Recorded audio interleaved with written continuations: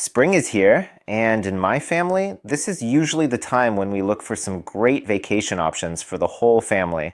And since we haven't had any major vacations in the last year or two, we decided to go a bit wild this year. So I want to pull some extra cash from my collection, to make a trip like that possible. So today, I'd like to walk you through step by step how I approach this, so that first, I feel good about what I'm selling, and most importantly, a year from now, I won't be kicking myself for selling off the family jewels that were guaranteed long-term winners. Alright, so where do I start with an analysis like this? Because obviously, from time to time, everyone has to pull something from their collection. Sometimes you had to sell off part of your collection. So these skills often develop pretty quickly for players who are heavily involved in the community. People also share their thoughts on it. And so today, I also wanted to tell you how I approach this topic now that my collection is much more diversified than just Magic singles. So what does that process look like for me? Let's get down to specifics.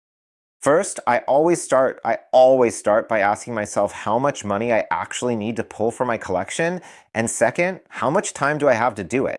Time is very crucial here. Why is that? Mainly because different types of products need more or less time to find the right buyer. And just like sealed product, especially in the economy we have now, with Pokemon selling great, Liquid Magic, One Piece, and Lorcana riding a big wave, well, getting rid of sealed product isn't exactly rocket science. As long as we have a well-built network of contacts that includes shops and investors, we can find buyers for this stuff relatively easily. But sealed product isn't the first thing I usually look at when I want to free up some funds. That would usually be singles. I don't really buy Pokemon singles myself. I usually acquire them when I'm vendoring at booths, or when I take them as a partial trade during deals, whether it's for other card games or sealed products. Well, but I also try to actively manage this part of my collection. Whenever I happen to come across singles that have grading potential, I try to get them graded and send them in. I'll also post an episode about pre-grading someday. I think it's a cool topic, and one that many people could benefit from. The thing with these singles, though, is that, well, I have things in my collection I'd gladly get rid of if the price was right, like this Rowlet and Alolan Executor from Unified Minds. I got this card in a trade, I thought it was very nice, sent it in, got a 10, great stuff. Right, but how do you sell a card like this for a good price? Well, that's a deeper philosophy.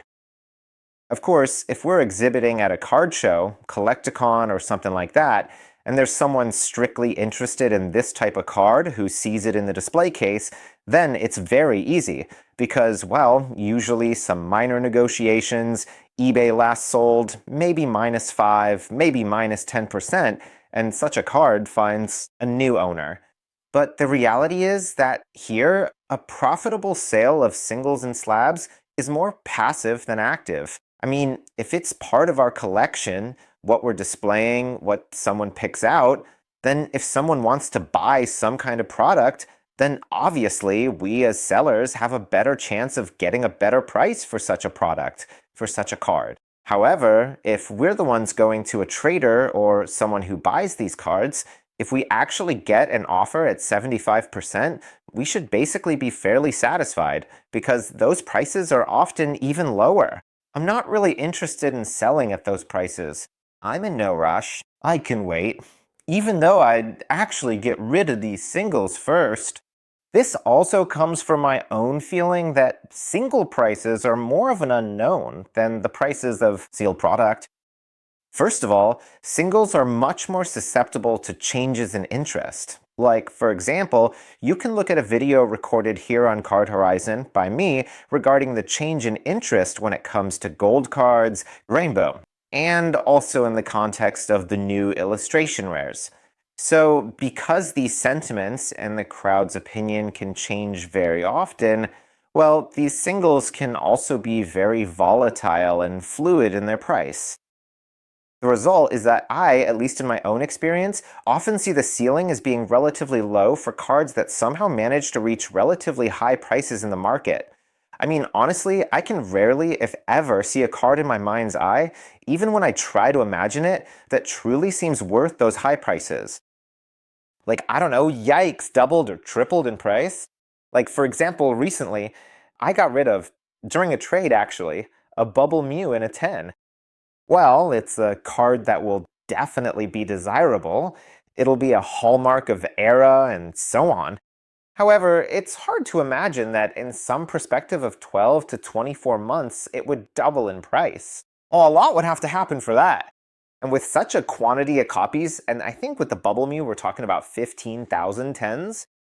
So really, a lot has to happen there. Alright, but that's enough about singles and slabs, because as I said before, it's more of a passive search for buyers, not active. So if I'm really truly looking for that perfect opportunity to finally get rid of something from the collection, just to clear out some space, then the natural decision for me will be sealed product. I'm the kind of sealed product collector who tries to have a relatively large diversification of things, and I don't necessarily go all in on individual products. Lately, especially Prismatic Evolution, Destined Rivals, were those expansions where I tried to just pack a bit more into the closet. However, for most products, I actually own one, maybe two pieces. So, first of all, I look at those products of which I have more than one piece. Why?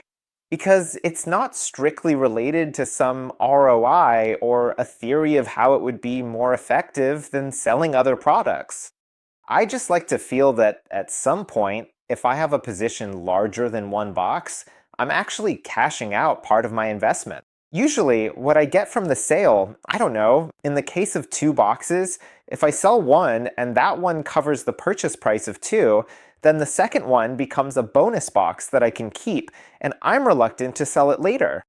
So first of all, I look at duplicates. But in the second place, well, here it starts to be a bit like reading tea leaves. I don't really encourage reading tea leaves. I don't like to get too detailed in discussions about how much box Evolving Skies will be worth in 7, 10, 11 years. I have no clue. However, the game I play, or rather have to in such situations, is a bit different. I try to take two products that I'm considering getting rid of. Let's take, for example, an ETB of Prismatic Evolution.